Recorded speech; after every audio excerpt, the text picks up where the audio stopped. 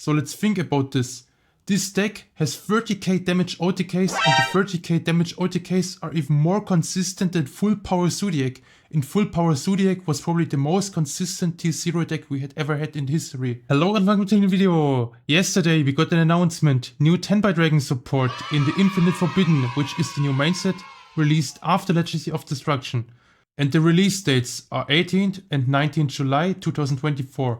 So in 4 months we have those cards in the TCG. I really like Tenpai Dragon archetype in general, so I'm really excited. Let's look over those new cards. First one, Tenpai Dragon of Genroku, level 3 Fire Dragon monster. If this card is added to your hand, except by drawing it, you can special summon it as a tuner, then you can increase its level by 1. Second one, quick effect. You can tribute this card, special summon 1 Tenpai Dragon monster from your deck except Tenpai Dragon of Genroku. Also, you cannot special summon for the rest of this turn except dragon monsters. Cool! We couldn't care less about the dragon lock because the deck is built completely around dragons and the deck is already super consistent in OTKing the opponent only using dragon monsters. And the first effect is absolutely insane, so it's basically Snake Eyes Poplar. So if we add this card with Mana, the field spell, we can immediately special summon it. Also, if we excavate this card with Prosperity, we can also special summon it. And then this card becomes a 1-card starter for the Tenpai Dragon engine and also an extender if we have already other Tenpai Dragon starters. Keep in mind, this deck can already OTK under Prosperity, so Prosperity becomes basically Bonfire for this deck. And this card is Snake Eye Poplar but for Tenpai Dragons. Absolutely crazy new support card. Second one, Sangen Kaihu, which is a normal trap. During the main phase, if all monsters you control are Fire Dragon monsters, minimum 1, and your opponent controls more monsters than you, end this main phase. Whoa! Second, if 3 or more attacks were declared this turn, you can banish this card from your graveyard, draw 1 card, then special summon any number of Tenpai Dragon monsters from your hand. Whoa, that's really impressive. So this card is basically a main phase skip for the opponent and forces the opponent to go into the battle phase. And then in the battle phase we can do really nasty stuff with the Tenpai Dragons like the Kaiman, which is an E-tier during the battle phase, not only during our own battle phase but also during the battle phase of the opponent. So with this card and Kaiman we can go into Black Rose Dragon during the battle phase of the opponent. Then the opponent loses their entire board and must have some extenders, and those extenders must be able to break through our hand traps.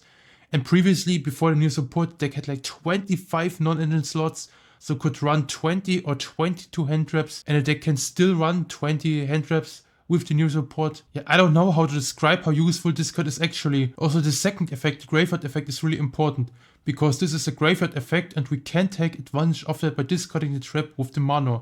And then we have an extender in our graveyard. Otherwise the Mana discard becomes useless, but now we can use the Mana discard. Yeah, I think those new cards fix the main problems the deck had previously, like going first and the lack of solid extenders. Now we have an in-engine going first card that is also an extender and even more extenders with the Genroku. So this support is exactly what the deck needed. Then we have a third support card, the Dora Draco. This one is also a level 3 Fire Dragon monster. With the effect, if this card is normal summoned, you can add 1 level 4 or lower Fire Dragon monster from your deck to the hand. Once per turn, you can excavate the top card of your deck, and if it is a Fire Dragon monster, send it to the graveyard, and if you do, this card gains 1000 attack for each Dora Draco you currently control. Otherwise, place the excavated card to the bottom of the deck. Yeah, the first effect is pretty solid. So it's basically another 1-card starter and also extender. So with this card we can search the Shongdora or the Genroku, make the Black Rose Dragon, nuke the entire board of the opponent, and then extend even more with the Kaiman in the battle phase. The second effect doesn't seem that impressive, but it's still useful for the deck fin. And we could deck fin by 1 before we commit into Prosperity, and then Prosperity has a higher chance of actually hitting one of our board breakers, like Feather Duster, Raigeki, Forbidden Droplet, Drops, or Change of Heart. Also, milling Fire Dragons doesn't hurt the deck. The deck might actually benefit from milling Fire Dragons because we can special summon them with Fadora or with the Biden Dragon. Yeah, I don't know what to say. So this new support is absolutely crazy, opens up so many more combo lines and also increases the number of 1-card starters by 6. So previously, before the new support, the deck had like 12 or 13 1-card starters, each of them is already a 1-card OTK. And now we get 6 more 1-card starters. 6 more 1-card starters and each of them is already a 1-card OTK on its own. And if we have 2 or 3 Tenpai Dragon engine cards, now it's so much easier to go into Black Rose Dragon in the main phase 1, nuke the entire field of the opponent, and then extend with the Manor, searching the Genroku, or go battle phase, Kaiman, OTK. So previously the deck had 25 slots for non-engine, now we can cut down on the non-engine and add more engine because the new engine cards become basically board breaker and allow the Black Rose Dragon plays and then OTK in the battle phase. These cards are such a huge buff, now the deck might be actually the best deck in the format depending on the ban list. Now the deck doesn't rely on turn skips like Heatwave for going first, the deck has already a main phase skip if the opponent forces Tenpai Dragon to go first. Also, with that many one-card starters, we seriously have to discuss the question, how many one-card starters do we actually want to play? So before the new support, we had like 13 one-card starters, 3 by Dora, 3 Shongdora, 3 Manor, 3 Kaiman, and 1 Terraforming which can search the Manor, and also Prosperity for additional consistency. So without Prosperity we get a chance like 92% to see one of those one card starters if we go second, and with Tenpai Dragon we want to go second, so I will just look on the maths with 6 card. Now, with those new support cards we could play up to 19 one card starters, and the probability of seeing at least one one card starters in 19 becomes 98.6% in a 40 card deck and 98.3% in a 41 card deck. That means in 98 out of 100 games we are going to see at least one card starter, and all of those one card starters can OTK the opponent through Prosperity for like 20 or 30k damage. So let's think about this. This deck has 30k damage OTKs, and the 30k damage OTKs are even more consistent than full power Zoodiac. In full power Zoodiac was probably the most consistent T0 deck we had ever had in history. But do we actually need that much consistency? I honestly think we might run 14 to 17 engine cards, and then we have like a 97% chance of seeing at least one of those. So it's just 1% decrease compared to 19. So if we look at those numbers in a diagram, we see diminishing returns for each additional one card starter that we play. Another YouTuber, Jesse Paris, made already a video on the same topic, the amount of one card starters you should play in your deck. So I did the maths myself and I basically came to the same conclusion as him. I think the ideal amount of one card starters should be in this range. Otherwise, if we play too many one card starters, we might actually brick on multiple one card starters unless those additional starters are also extenders. So when we want to find out the ideal amount of one card starters, we also have to take into consideration if additional one card starters might work as extenders. This works for some cards but doesn't work for some other cards. Some combinations like Baidora and Shongdora, Baidora and Manor, Baidora and Kaiman, Shongdora and Manor, Shongdora and Kaiman might work, but some combinations like Dora and Baidora might not work. Therefore, we might not want to play that many copies of Dora. I hope this was somehow inspirational and helped you to improve your Tenpai Dragon deck building. Now let's look over the combos featuring the new cards. Now let's go over the first combo featuring the new cards. So we start with the Dora. Dora can add the Shongdora. Then we can special summon Shongdora. Synchro summon into Black Rose Dragon. Black Rose to nuke the entire board of the opponent. Then Manor. Manor add Genroku. Discard the Ash. It could be any card. Now special summon Genroku, effect to summon Shongdora from the deck. Battle phase, attack with Shongdora. In a damage step, special summon Baidora.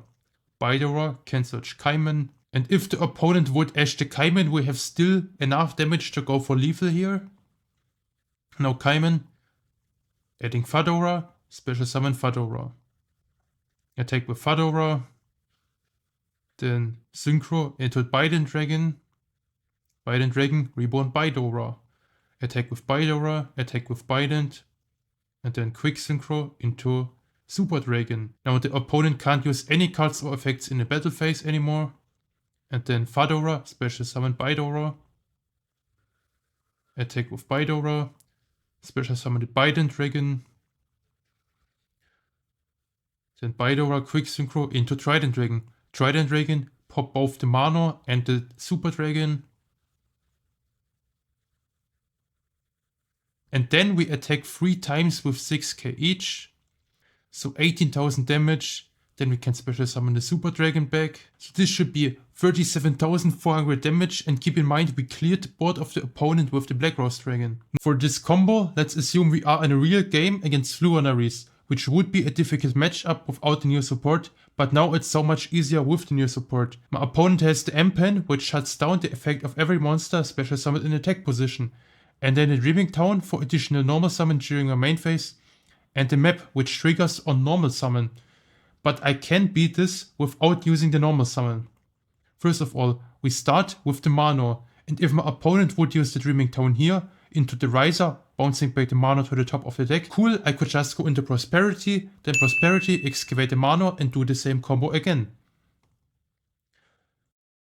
Let's say my opponent hits me with the Dreaming Town here, so Dreaming Town summon Robina, Robina searching Eglin, the normal summon the Eglin, add value token, and then searching the Mega Riser. The Tribute summon, trying to use the Dreaming Town.